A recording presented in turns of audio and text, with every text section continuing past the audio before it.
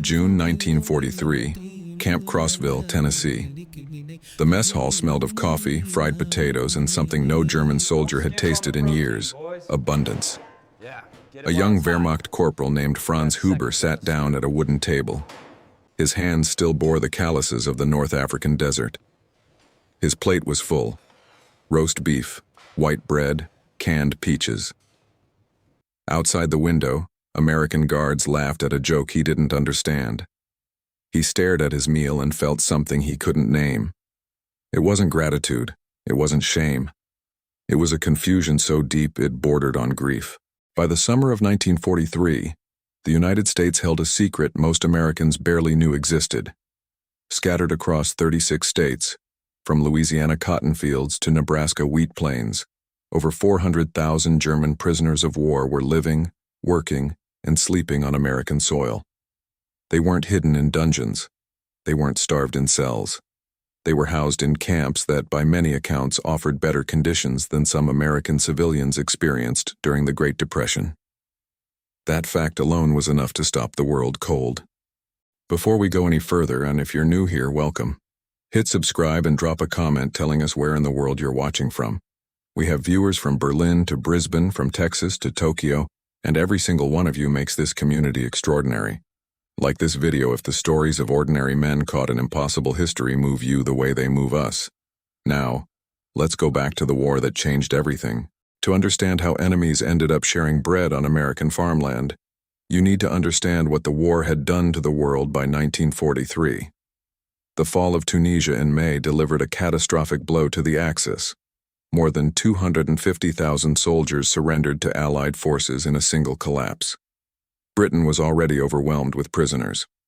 The logical solution was the United States, vast, untouched by bombs, powered by an industrial economy that dwarfed every other nation on Earth. The scale of that power was staggering. In 1944, the United States produced 96,000 aircraft. Germany produced 36,000. For every tank Germany rolled off the line, America manufactured 3. These weren't just numbers. They were a verdict being handed down one cargo ship at a time, as German prisoners crossed the Atlantic toward a country their propaganda had called weak, decadent, and morally bankrupt. What they found instead stopped them completely. Franz Huber had been captured near El Alamein. He had fought Rommel's war in sand and suffocating heat, believing every word, that America was a paper tiger, that democracy was weakness, that the Reich was inevitable. He believed it the way young soldiers always believe older men covered in medals. Then the ship docked in New York Harbor. The skyline rose out of the morning mist like a cathedral built by giants. He had never seen anything so tall, so permanent, so utterly indifferent to the existence of the Third Reich. Standing on that deck with his wrists loosely bound, Franz Huber felt the first crack appear in everything he had ever been told. The Geneva Convention of 1929 governed how prisoners of war were to be treated.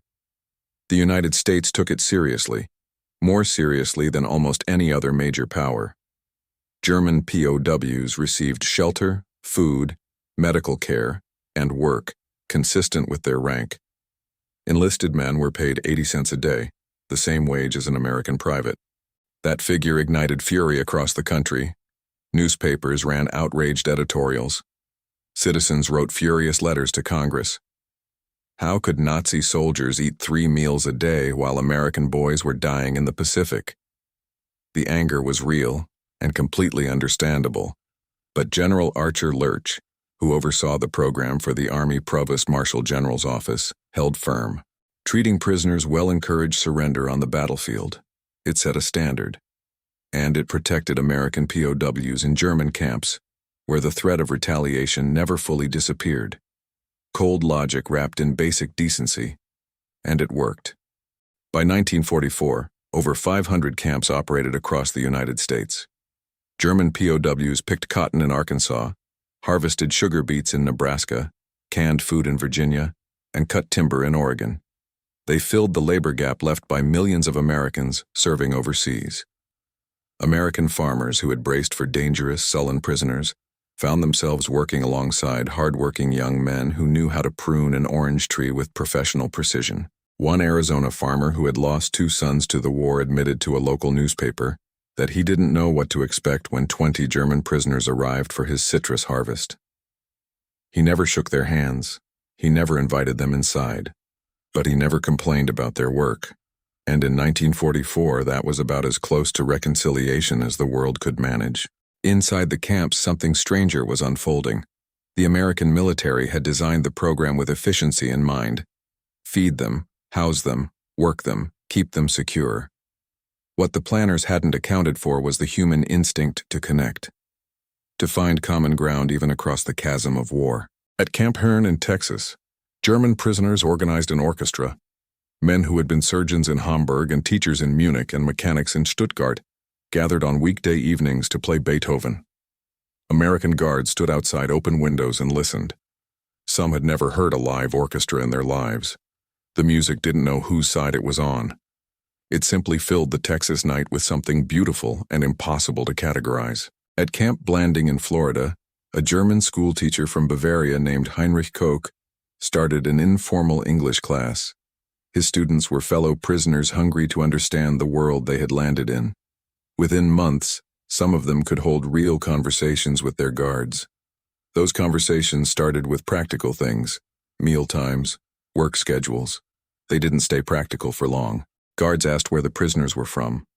Prisoners asked the same.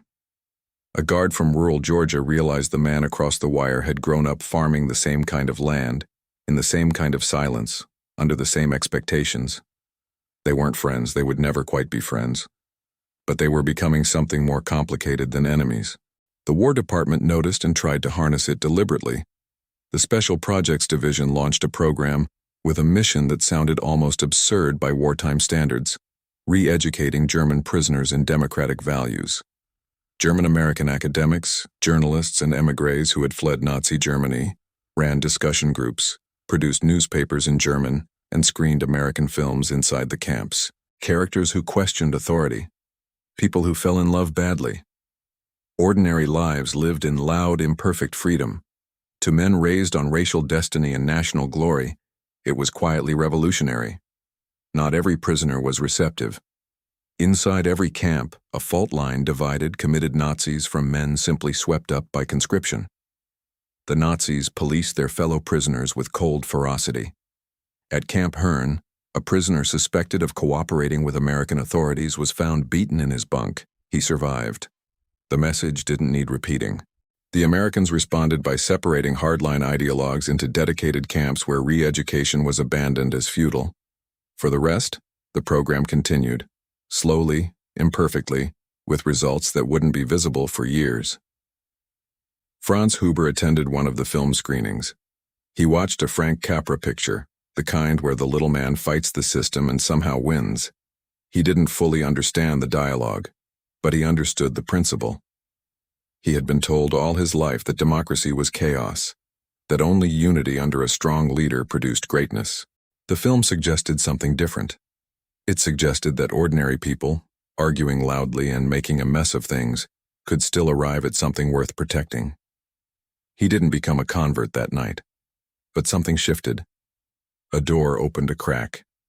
The summer of 1944 brought D-Day, and with it a new flood of prisoners. The camps expanded, the labor demands intensified. In Nebraska, German soldiers worked alongside Mexican brachero workers and Black American laborers, men from 3 entirely different worlds brought together by the mechanics of war and the need to feed a nation. The dynamics were extraordinary and uncomfortable. German soldiers raised on rigid racial hierarchies found themselves sharing water jugs in the August heat with men their ideology had designated as inferior.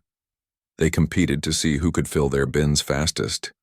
They communicated in broken English, hand gestures, and the universal language of exhaustion. One POW later wrote in his memoir that he had expected to feel contempt. Instead, he felt something closer to kinship. The man beside him had hands that looked like his own, roughened by the same work, the same sun.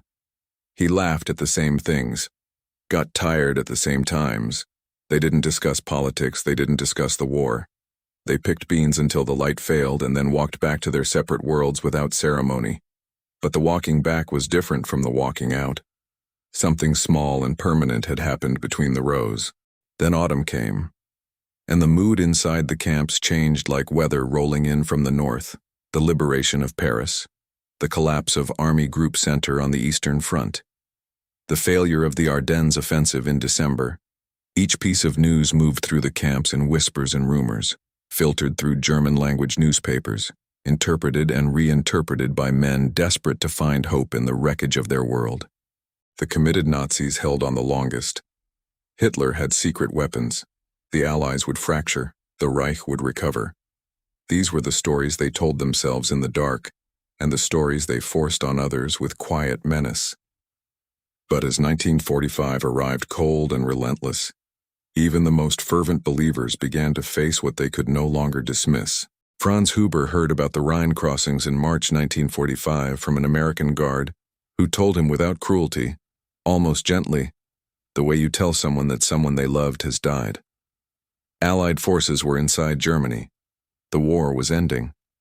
Not the way the Reich had promised. The other way. He sat in the mess hall that evening. The same kind of room he had walked into almost 2 years before. Still smelling of coffee and fried potatoes. The plate in front of him still full. Outside, Tennessee spring was warming the red clay earth. American guards played cards in the guardhouse, and Franz Huber understood, with a clarity that felt like cold water on burned skin, that he had been eating well while his country was dying. May 8th, 1945. VE Day. Inside the camps, the reactions were as varied as the men themselves. Some wept, some sat in silence, some felt only the hollow exhaustion that comes at the end of something enormous. The hardline Nazis went quiet, their fury compressed into something cold and private, a fire with nowhere left to burn. Repatriation took nearly 2 years. Some prisoners were transferred first to France and Britain, put to work rebuilding what the war had destroyed. The last German POW left American soil in July 1946. Over the entire course of the program, the death rate inside American camps had been less than 1%. Hundreds of thousands of men had lived and worked on American soil. A significant number who participated in the re-education program later described those years as the most formative of their lives. Not because they were comfortable, but because they had been forced to see the enemy as human. And that, it turned out, was the most radical thing of all. Franz Huber returned to Bavaria in the winter of 1946. The town he had left in 1940 was barely standing, roofs missing, windows boarded, faces carrying the dull weight of catastrophic loss. He found his mother alive. His brother had not come back from the Eastern Front. He became a schoolteacher. He taught history carefully and honestly, with none of the mythologies he had been raised on. When students asked what the war had been like, he told them about the desert. He told them about crossing the Atlantic. He told them about the mess hall in Tennessee. The smell of coffee and fried potatoes, the plate always full. The American guard laughing at a joke he couldn't understand. He told them the enemy had fed him, not out of naivety, not out of weakness, but because someone had decided that even in the middle of the worst war in human history, a man in captivity deserved to be treated like a man. That decision had cost the Americans almost nothing, and it had changed him completely. The camps are gone now. The mess halls are dust. The orchestra that played Beethoven in a Texas recreation room has been silent for 80 years. But the question those camps asked has never fully gone away. What do you owe a man who was trying to kill you now that he cannot? It sits at the edge of every conflict, every occupation, every peace negotiation where exhausted men finally put down their weapons and realize they have to share the same world. Some of them, given the chance, will find their way to the same table. And the food, it turns out, tastes exactly the same on both sides.